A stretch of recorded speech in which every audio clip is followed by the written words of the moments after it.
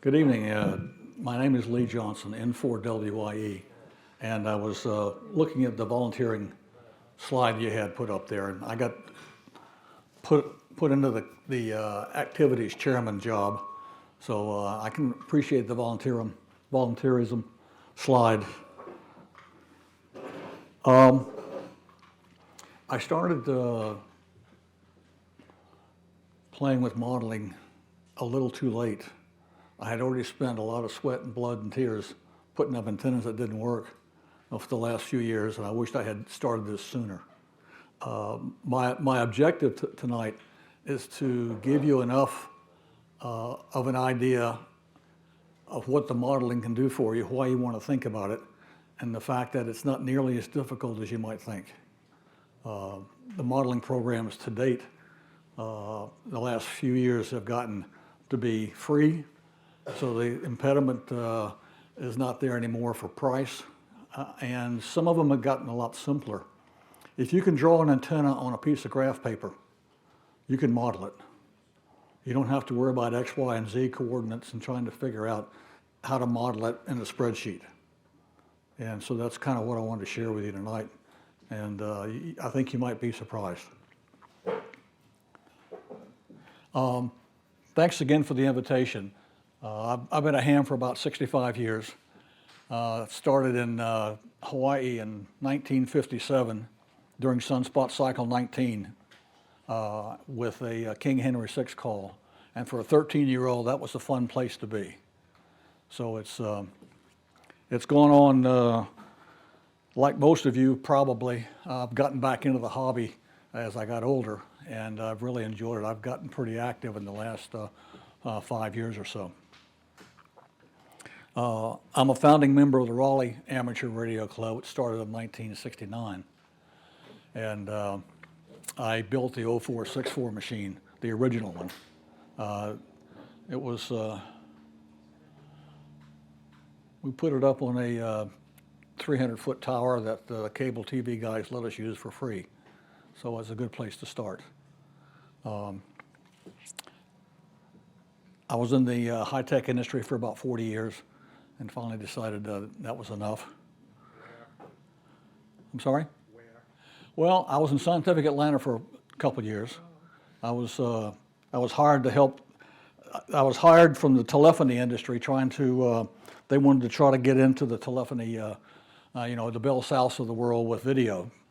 And after a couple of years, it was pretty obvious to me that the only way to do that is for Cisco to buy Scientific Atlanta. So I didn't have a lot to do with that, but it was obvious that pushing coax into a fiber optic world was never going to happen.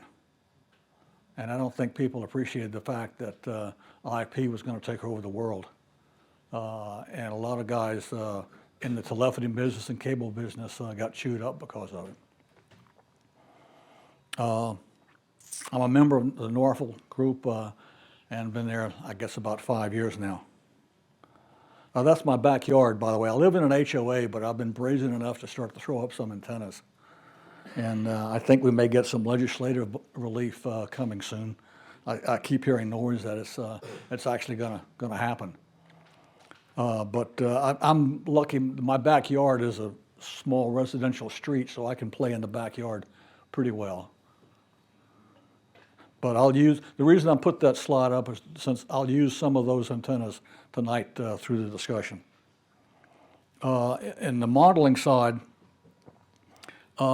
this is kind of the agenda for tonight. I won't go through each line of it, but the basic idea is to give you an idea of why should I think about modeling? What will it do for me?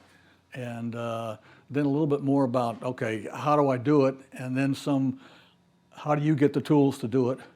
And then some videos, links to show you that, okay, it's really not as difficult as you might think, and these video links is how I got started into it. In the beginning, there were ranges built for some naval contracts. You see that antenna That tower looks like it's bent over. Well, that's really an arc for the receiver antennas to move up and down around a model of a ship.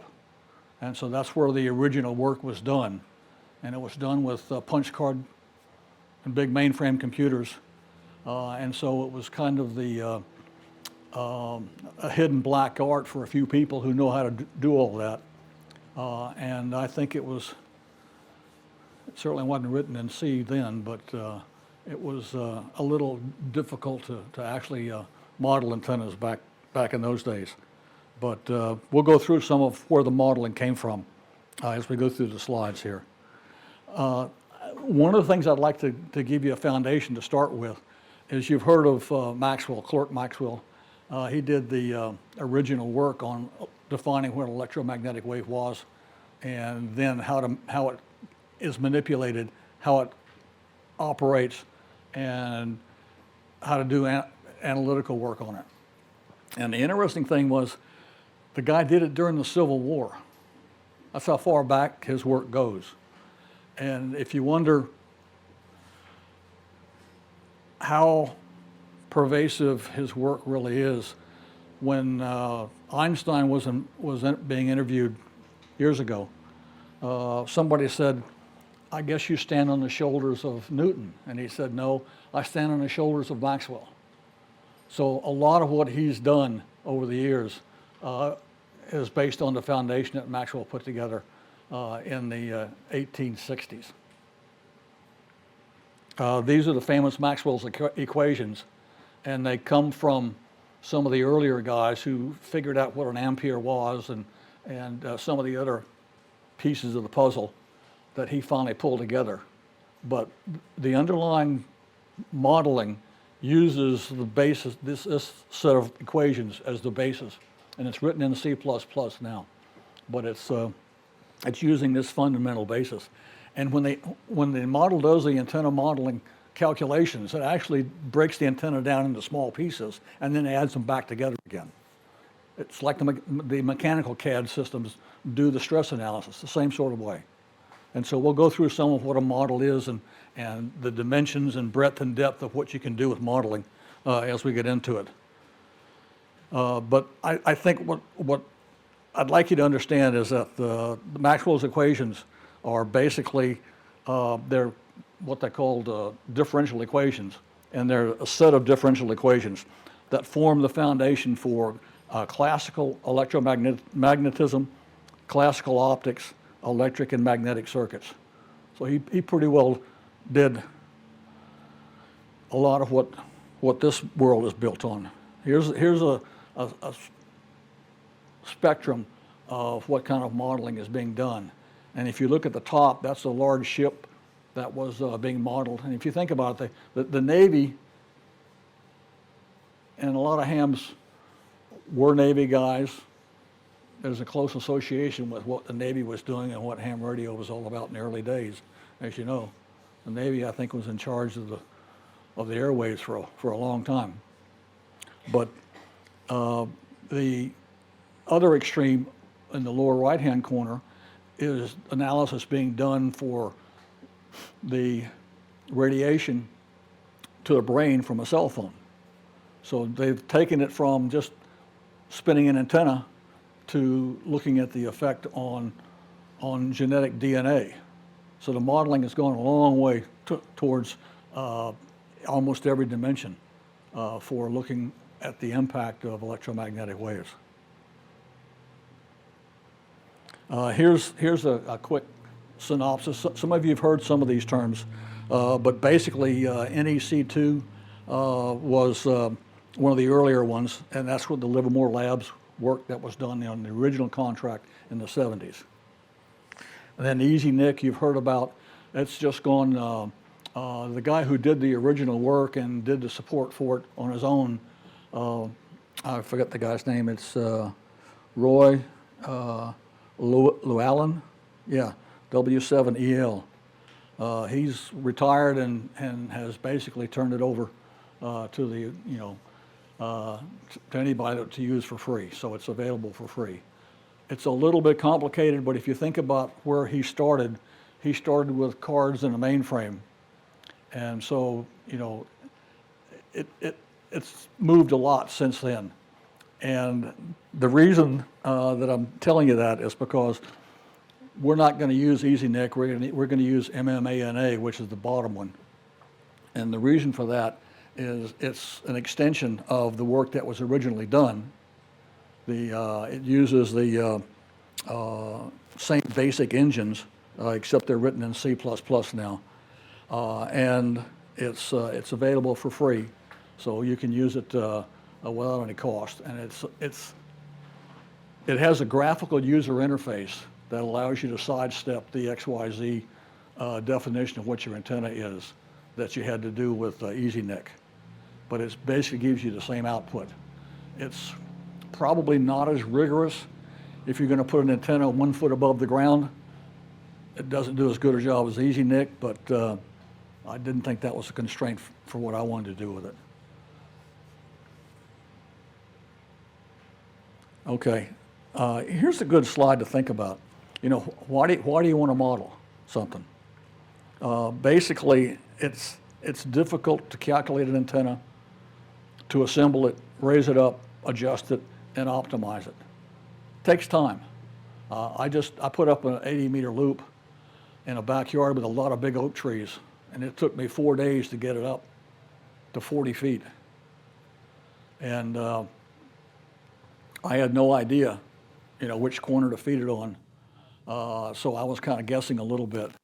But I think the bottom line is, if you're going to go through all the effort to put up an antenna, and you can figure out how to model it in 10 or 15 minutes. Because, I mean, if you want to model an antenna, a loop antenna or a beam or something like that, you can do it in a half an hour. It's not a big deal. You'll be pleasantly surprised. And also, the thing it will do for you is, if you're trying to figure out where your coverage is, what the radiation pattern is going to look like, you can do it a couple of different ways. You can look at your S-meter and look at the calls and get on a net and get a whole bunch of calls and then map that out and get an idea. But that's a pretty rough way to do it. That's how I started figuring out what my antennas were doing. And then I started doing some of this work, and then I realized, okay, reverse beacon is nice. It gives you a better idea, but that's an antenna you've already got up. So if you're going to put up a new antenna, maybe you'd like to look at what it might do at that level of detail without having to build it. And that's what modeling does for you. It's also, it's a lot quicker than you might think. The first time I got an inkling that it was something I wanted to do was, you know the guy that runs the DX Commander product line? What's his name? He's a Brit. I'm sorry? Cal, yeah. He's got 5 videos to show you how to use MMANA. And that's kind of where I started about 1.5 years ago. And those videos are linked in here. But basically, in a 5-minute video, you can learn how to run MMANA and do a model of an antenna. It doesn't take any longer than that. And the interesting thing is, the antennas are, the modeling is pretty accurate. I'll show you one of my antennas that I built, what the model looked like and what the performance looked like, just to give you an idea of, you know, how well they track. To the extent that I have a 40-meter loop inside of an 80-meter loop, and the 40-meter loop is at about 75 feet. It's a delta loop, horizontal, and it's my all-time favorite antenna now. It's inside of an 80-meter loop, concentric, in the backyard, and the 80-meter loop is only at about 40 feet. And I said, I wonder what the impact of that 80-meter loop is on my 40-meter loop. And I could model that. And you've always heard the term in building antennas and looking at RF, everything affects everything. Well, the good news is sometimes the effects are good. You know, you've heard the radiation angle discussion about horizontal loops and how you can do that pretty well. Well, it turns out that the 80-meter loop sitting around my 40-meter loop lowered the radiation angle on the 40-meter loop by 2.5 degrees, I thought. That's something I didn't expect. So that's kind of how I got into modeling and got excited about it. Here's the MMANA modeling software. It's free. You can run it on a PC. It's an easy program. You can grab it, run it, and it's with a graphical user interface. You don't have to be a genius. The only problem with this program is it's in meters instead of feet. But hey, on 40 meters, you know what 40 meters is like, and making a conversion after you get through is not a big deal. So that's the only downside to it. The upside is that the free version has got more than enough horsepower to do whatever you want to do with it. You don't need 10,000 points to analyze. 1,000 points is enough. So I think you'll find that the free version is more than enough to do whatever complex antennas you want to model. Those are the loops. There's the blue one's a 40-meter loop. The 80-meter loop is the red one, and there's an end fed I've just turned into a vertical in the backyard because I really wanted to have something that if the trees got hit, I'd have something to back up with. Here's a model of the loop. These are the slides that you see that you can step through, and that goes all the way from trying to sketch the antenna, decide where to feed it, what kind of feed you're going to have, what kind of impedance, what kind of balun you're going to have, and it shows you there the SWR curves, also the radiation pattern, and then the 3D version of the radiation pattern. And so that's kind of what the tool set looks like in terms of the screens. We'll go through those in detail. Here's my analysis of the 40-meter loop on 20 meters. And it gives you an idea of, you know, what kind of gain you can get with a loop. It's kind of why that's my favorite antenna.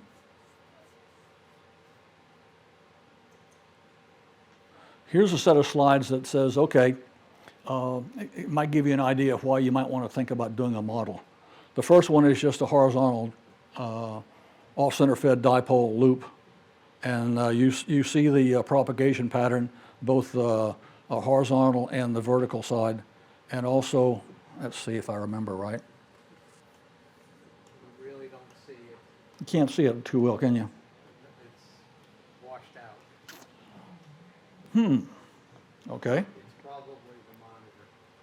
Well, let me go through it. Let me go through it real quick, just to give you an idea of what's up there. Anyway. Yeah, it's hard to read, isn't it?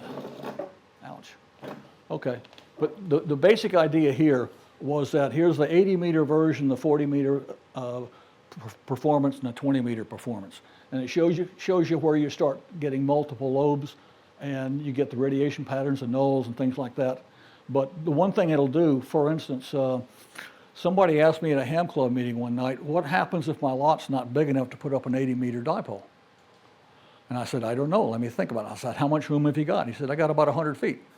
I said, okay, let me model it. So I basically, this middle one is an 80-meter loop with 13 feet on the end just drop straight down. So you can fit it inside that loop, on that lot. Well, it doesn't change the performance much at all. You'd be surprised. It looks almost exactly the same. So there's an idea of, you know, one way to think about using it. The other one is if you take an off-center fed dipole or any kind of dipole, and instead of running it, you know, straight, if you bend it, you can change the radiation pattern to a point that you might get a place that you'd like to get, but you can't because of your trees. So you can actually move the antenna around and see what the radiation pattern does, and get a much better idea of what your radiation is doing, and you can do it on any one of the bands you want to operate on. So with a multi-band antenna and trying to do analysis, you can do it all here because you know what your lot looks like, you know what your trees are, where your anchor points are, and you can actually do a model ahead of time without trying to figure out, okay, that tree's not going to work for me, I got to move it. Okay. Here's Here's my 40-meter loop with what the propagation looks like on 20 meters. Okay, does that come out okay? Yeah. All right. I put this loop up beneath I had a pair of crossed in-fed antennas that I liked a lot that were about 50 feet. And then at field day a couple years ago, I realized how nicely those loops worked at field day. I thought to myself, I wonder if a loop antenna would be better than the in-feds. So I put up a 40-meter delta loop underneath my in-feds. It was at 40 feet, because that's as high as I could get it. And the 40-meter loop's not that big, so I got big enough for it. It wasn't too hard to put up. So I threw it up real quick, and sure enough, the loop outperformed the in-feds on every azimuth. And so I thought to myself, I wonder if I could get that loop up to about 75 feet, 75 feet, just above the half wave on 40. And so I took the in-feds down and put the loop up there, and that's what that antenna looks like. And it was a Sunday afternoon. I was trying to get it on the air, and I didn't have enough coax to go to but one corner. So I thought, okay, I'll start there and see what happens. Well, it turns out that's the corner that faced Europe. So I got lucky. And the backside faces, New Zealand and Australia. And with the loop, whether it's front or back, it's still close enough. You're still getting gain off the backside on 20 meters. But these are dBi numbers. For instance, here's 8.5 dBi, which is take 2 dB off that and you got, 6 dB gain. All right, pointing directly at Europe. And you're not losing much in any direction. So I kind of like the loops a lot. But this gives you an idea what the tool can do for you. And I just did an overlay. Yeah.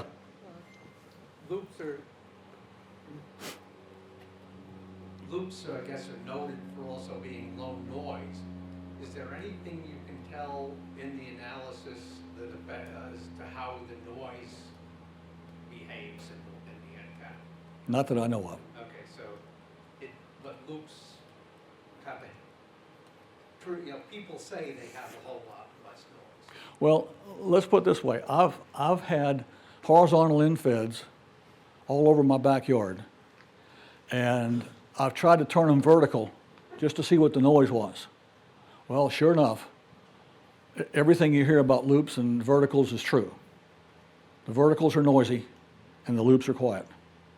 And there was about 1 dB difference between the loop and the horizontal in-feds. There was about 2 to 3 dB signal-to-noise difference between the vertical and the loop.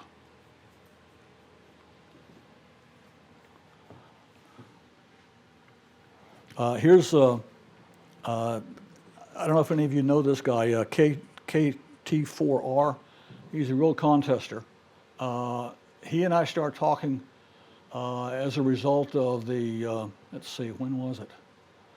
It might have been, the early part of this year we got together, and he was going to put up, he almost won the contest last year, ARRL DX contest that was on, 2 or 3 weeks ago? Something like that. Yes, I'm sorry. I didn't hear, for the horizontal loop, Yeah. did you feed that through a balun? Yeah, I got a 4-to-1 balun with a current mode choke on it. 4 to 1. Yeah. Do you know what the impedance was before you put the balun in on the loop itself? Like 450 ohms or something? No, it was in the 200 ohm range. 200. Yeah. Okay. It was going between 125 and 260 kind of numbers. Just another quick one. On Sure. the 80-meter loop, how much wire did you actually have up? About 270, something like that. 27. Okay, thank you. Yeah, that was a real problem because here I am trying to figure out, it took me 4 days to get it up, and the real question is it going to fit? Because I was banging the edge of my lot. My lot's only 110 feet wide. And I'm going, how am I going to make this thing fit? And then can I get all that wire up? And if I do get it up, is it going to sag to a point that I can't use the antenna? Or is it going to, be not in the right tree? So I got the model run to figure out, okay, if I do a rectangular loop, I know what the propagation is going to be with that as opposed to the delta loop. And I had a good setup in the yard, so I guessed, and it worked out just about right. Was that feed point impedance what you expected from the model? Yeah, yeah. And the nice thing about the model is you can actually look at the impedance on the model. It'll show you what those numbers are. Okay, it'll give you the ohmic impedance plus the J numbers. Did you measure it then? Yeah. And it agreed? Well, okay, I mean, I didn't measure it at 40 feet in the air. I measured it on the coax on the ground, yes. Okay. And when I say I measured it, I used the VNA, and I had the VNA calibrated to the end of the coax. I took the coax off and actually calibrated it there and put it back on. So I looked at it that way. Anyway, here's a horizontal 4-element wire beam for 40 meters contest. The guy was building that first contest. He was going to win this year. That was his plan. And he and I started talking about the loops, and you can see where if you look at the gain on this antenna and you look at the gain on my loop, they're not far off. And it turns out it's a good thing because he didn't have enough height in his trees to get the ends of his beam off the ground. So we switched to a loop, and you'll see some more of that I'll show you a better than a reverse beacon. I'll show you what his contacts were during the latest contest using the loop antenna that he built. Here's what my reverse beacon looked like that was the first run I did to see what my antenna the loop was going to do. And so that's, I think that's on 20 meters for a 40-meter loop. Okay, let's talk about what the model does. All right, can you read that okay? Okay, you can't? I'm blind. Okay. I don't think I can make it any bigger. In any case, you decide a few things before you start. All right. One is what the wire links are, what the diameter is, and what the position of the antenna is. You've got to think about that to put in the model. You look at what the drive source is the term used for what are you feeding it with, and at what point, and what impedance, and is it coax or open wire. Then you look at the loads, you got any balance on there, if you got any coils in there to change the length, that sort of thing. And then, let's see here.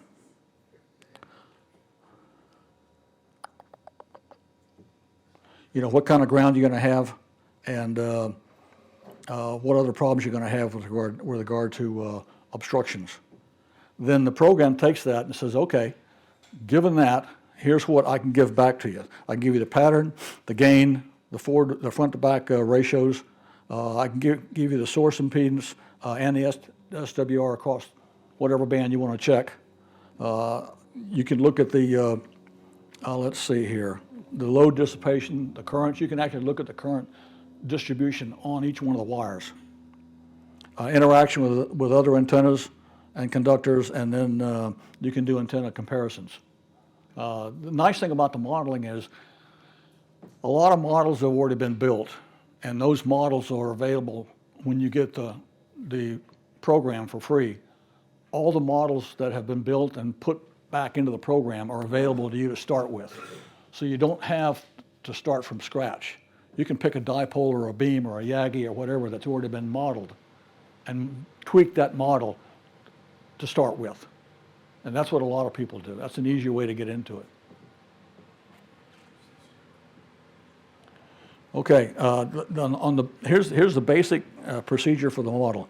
You take the geometry tab, and let's see. I mean, wonder this might be a better thing to do with a video. I've got an embedded video with it. It'll take you through this process.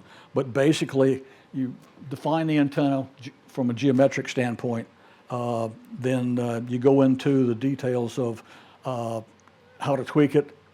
There's an editor in there. Then you do a calculate on what the pattern looks like, what the SWR is. Everybody starts looking at the SWR and try to make sure that's going to work. and then you start to look at the pattern, basically. And then you can look at the plots in detail for that. Is there a question? Yes, sir. If a person has a off-the-shelf antenna, like the MFJ 1622, it's an apartment style, does this modeling system already in there and tell you how much loop you put in the counterpose and things like that? And in other words, do you have to recreate it?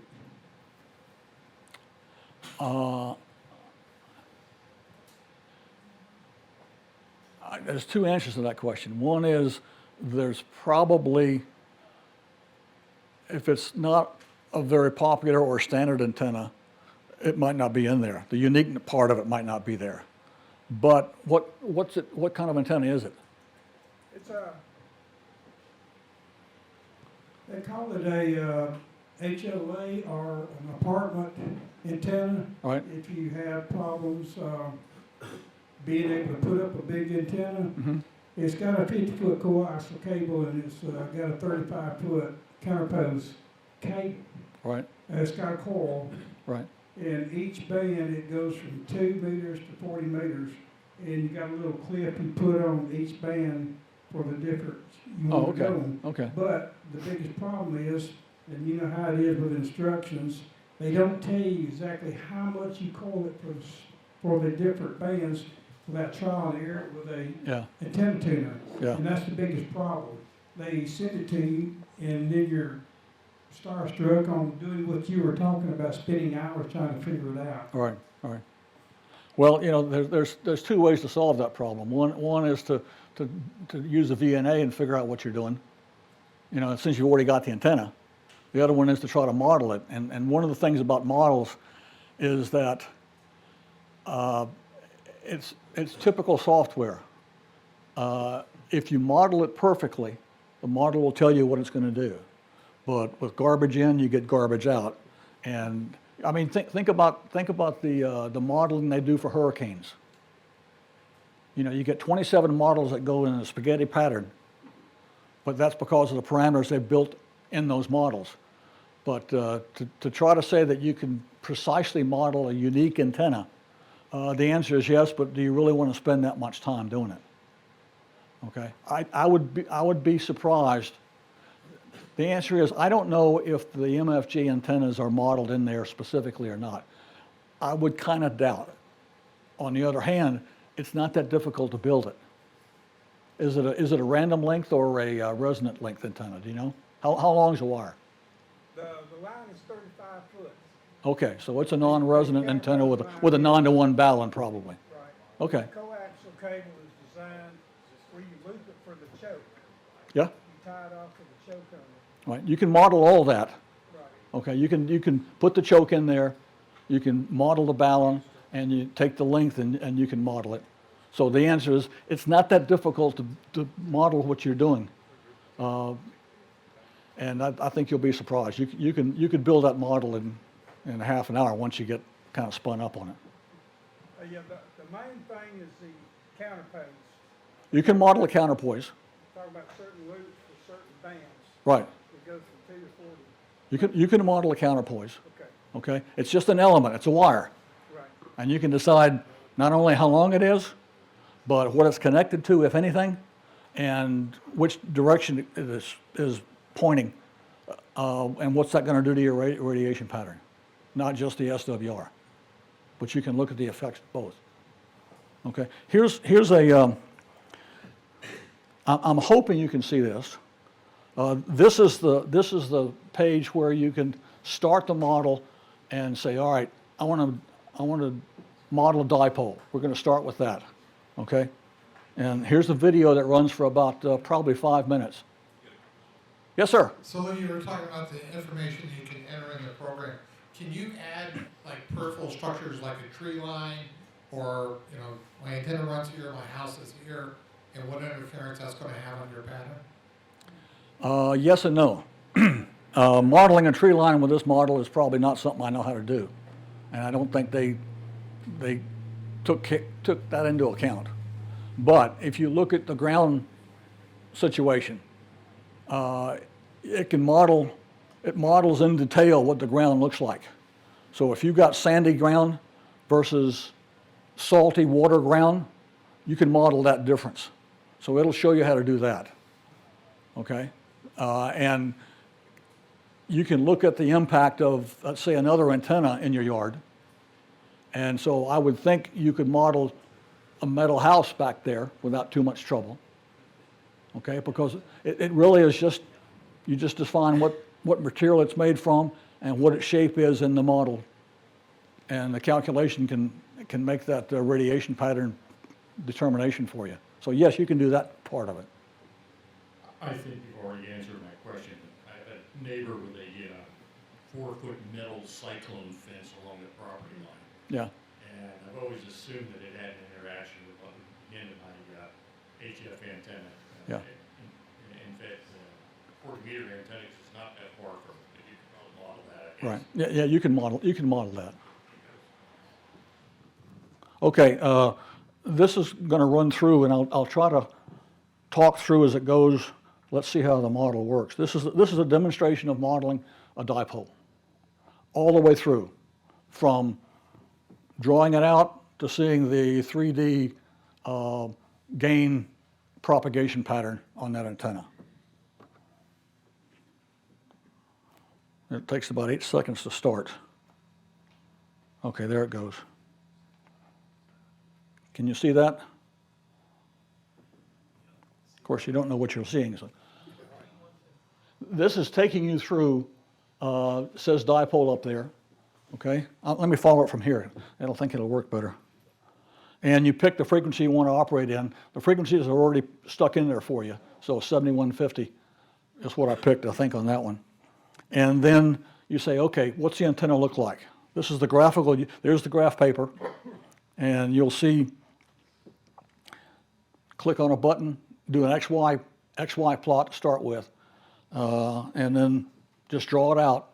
And it shows you in the middle of the page there how long that wire is. So you can just sketch it out and it'll tell you how many meters long it is.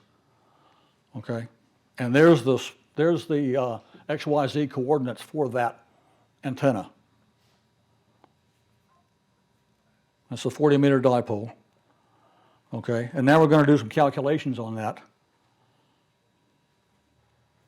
And see, there's the ground height above ground.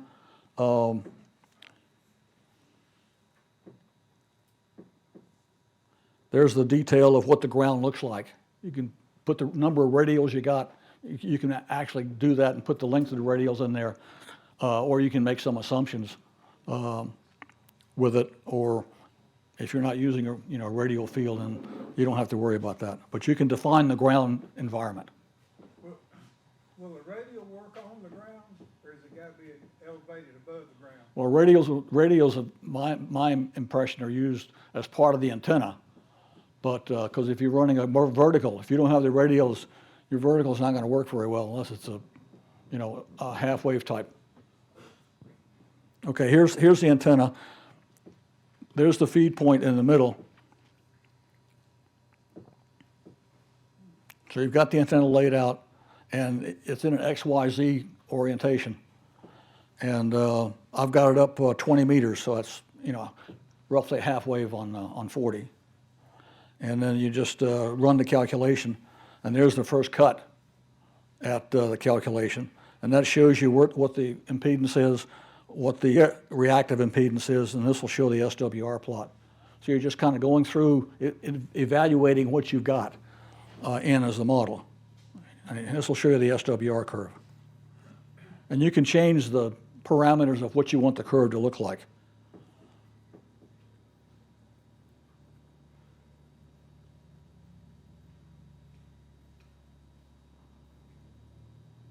And so there's what your SWR curve looks like. Okay, and it's pretty close. I was surprised how well it does on that. But you can, let me see if I can't get a word in here before it changes too much. You can optimize the antenna by saying you want the SWR over there, and that's the most important thing for you. It'll go through and changing all the variables and making the calculations to minimize the SWR where you say you want it. Okay, and it'll back into changing the length of the antenna if you need to. Okay, and you see the different frequency plots here, and it gives you an idea of exactly what the antenna looks like at the different frequency points. There's the radiation pattern as you'd expect a dipole to look. All right, since it's a half wave, it gives you more than just omni radiation. It starts to pack in the sides a little bit. And it gives you the gain figures. And you can look at any azimuth and look at what the gain's going to be in there. And usually it's done in dB odd, but that's just an easy way to start with. And you don't have to do much conversion. Here's the vertical propagation angle that you're looking at. And as you can tell, it's not a great DX antenna, but it'll get the job done for a lot of what you want to do. And you can change the, this is run at 7 megahertz, but you can run on 20 meters or not 15 meters.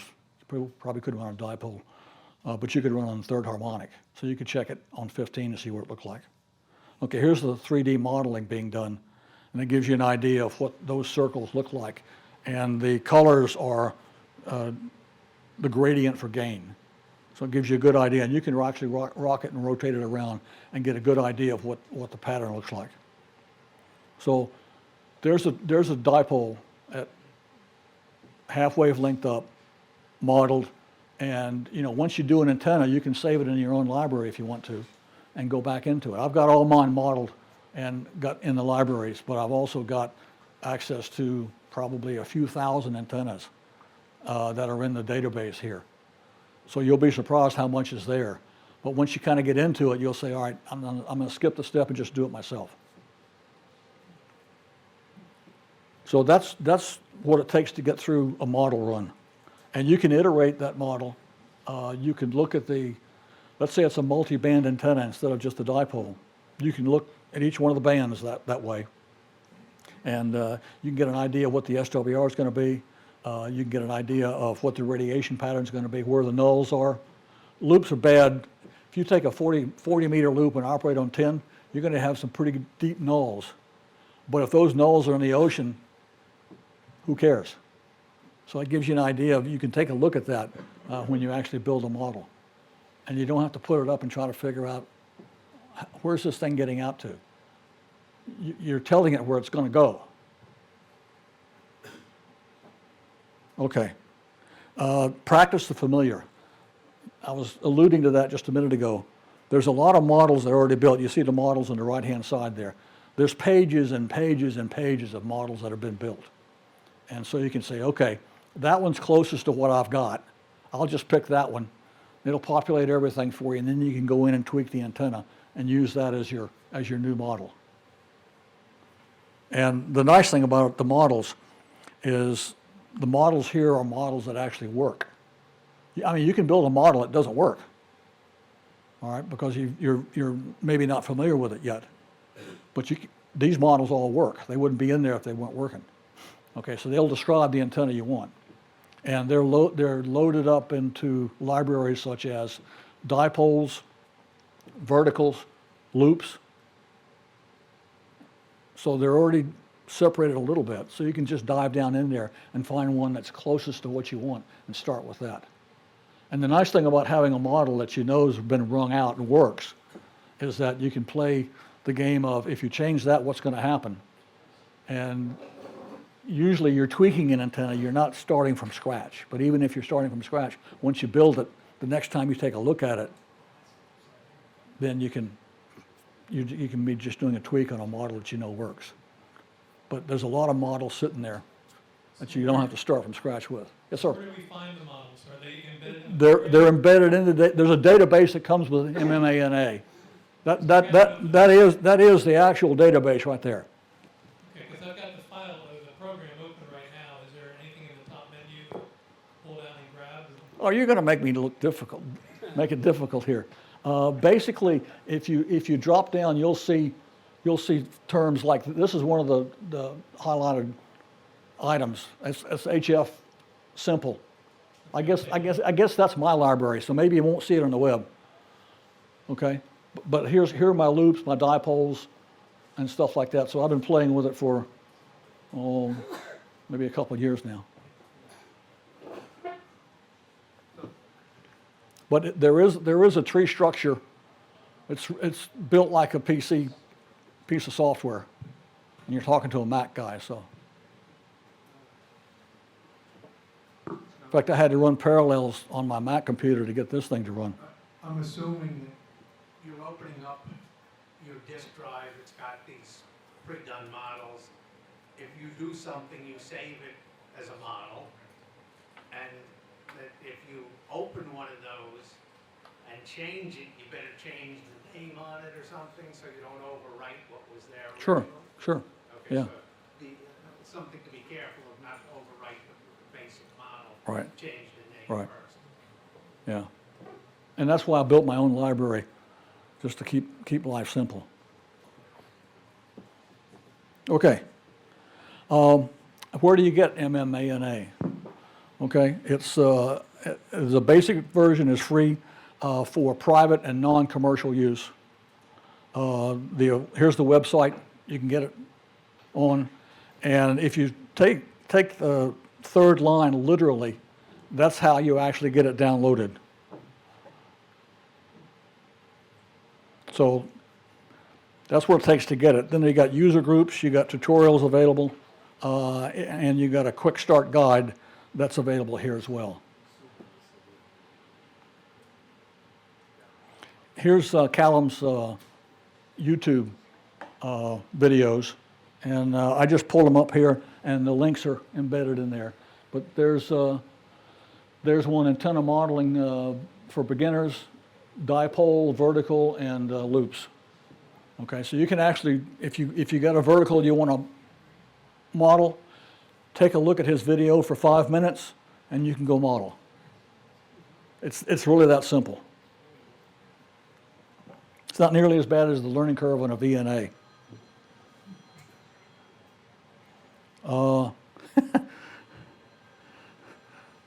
This guy's a mathematician, but the basic idea here is if you've got a model that works, don't try to get to the 5th decimal place, because it's not worth the effort. That's the sarcastic version. There's a good example of you can't ever get a hurricane modeled precisely because there's too many variables. And most of us, I used to live in Portland, Oregon before I retired, and my wife and I had bought a house at Hilton Head, and I had a 26-foot boat in the water in Hilton Head. My biggest problem was looking at these hurricane maps and enough time to get an airplane ride back to the East Coast to get my boat taken care of. So that's how I ended up with doing some modeling on, or trying to use their models. Okay, here's the 40-meter loop, and you may remember what my pattern looked like, but here's the guy who built a loop, and those are his actual contacts during the latest ARRL DX contest. And if you look, that's a 40-meter loop that was pointed towards Europe, but there's 7 contacts from Japan in one contest with that antenna. So I'm a disciple for loops. I'm talking about modeling, but just trying to give you an idea of the fact that the models actually do perform as predicted if the model is done right. And there's an example of an actual contest run and what the beacon maps look like. Oh, actually, those are the contact. I think he's actually got the call letters in there. Okay, any questions that we haven't answered? Yes, sir.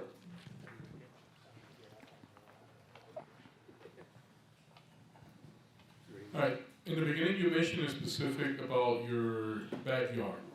So when you're doing your antenna modeling, I didn't see in the information that you feed the program anything in regards to the size of the place where the antenna is supposed to go. So actually you just, all the information goes in regards to the antenna, nothing in regards to the place that antenna is going to be at? Well, it asks you to define the height of the antenna. By definition, when you draw the antenna out, you've got X and Y. That'll tell you which way the antenna is pointing, right? You can do that. So you know where it's going to point. once you understand my lot's 5 degrees off due north.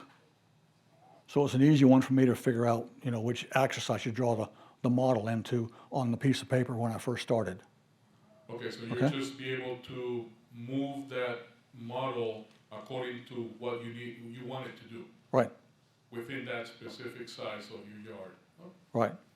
thanks. And the nice thing about the model is if your yard's not big enough for the antenna, you can actually turn the wires down or turn them, instead of making a dipole straight, you can actually bend it halfway through and figure out what the pattern's gonna be. Do like an L shape? Yeah, Just to say. yeah. And the nice thing about it is you can model any antenna you can design. I mean, if you want a 15 log periodic, it's an easy thing to do. You can also get down to the gauge of the wire and the type of shielding you use on the wire and that kind of stuff. Is it that detailed? The answer is yes, but you're picking at nits when you do that because whether it's a 12 gauge or a 14 gauge, the effect on the antenna, you won't see it in the model. It's because the effect is so small. Okay? But if it's aluminum versus copper, you can model that and you can see the effect of it. Okay. Okay? And if it's, let's say, 300 ohm feed line or 450 or 600, you can see the difference there. Right. Okay? And whether it's, what the coax loss is like, you can put that in there if you want to. If you want to put a compromise on there, not a compromise, a counterpoise, you can model a counterpoise and look at the impact of that. Because with an end-fed, one of the problems you have with modeling an end-fed is most people don't have a counterpoise on the half-wave end-feds because the coax will do most of the job for you. But if you want to put a choke in there to make sure it's doing the job for you, instead of a counterpoise, you can model that choke.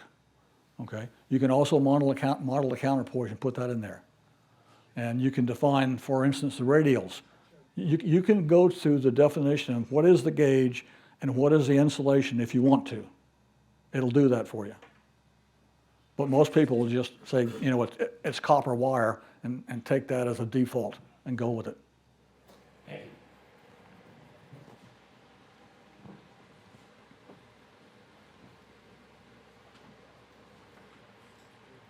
So, what you were just talking about, you could model the free space, so you can model the antenna in free space, and then you can model with the coax and try different feed lines, balance, whatever, and see what the impact is on the SWR resistance or radiation pattern. Right. Yes. Now, the good news is free space doesn't exist. So, but it uses dBi as the definition. But if you look in the modeling, it asks you, do you want to model it in free space? Do you want to model it in, in some other way? And it'll actually model it in a realistic perspective of your choosing. A good example is on the ground side. If you want to look at the conductivity of the grounds, you can actually put what your ground looks like. If you know how to measure it with a megger, you can actually put that in the model, and it'll show the impact of it. For instance, if you look at a 40 meter at a vertical sitting in salt water, it's a whole lot better vertical than it is sitting in your backyard, and the model will show you exactly what it looks like in the radiation pattern. Can you And model like a freshwater body of water, like I have sandy soil, but I have a lake here? if you want to spend the time to do that, the answer is yes. Freshwater doesn't help you too much, though, I don't think.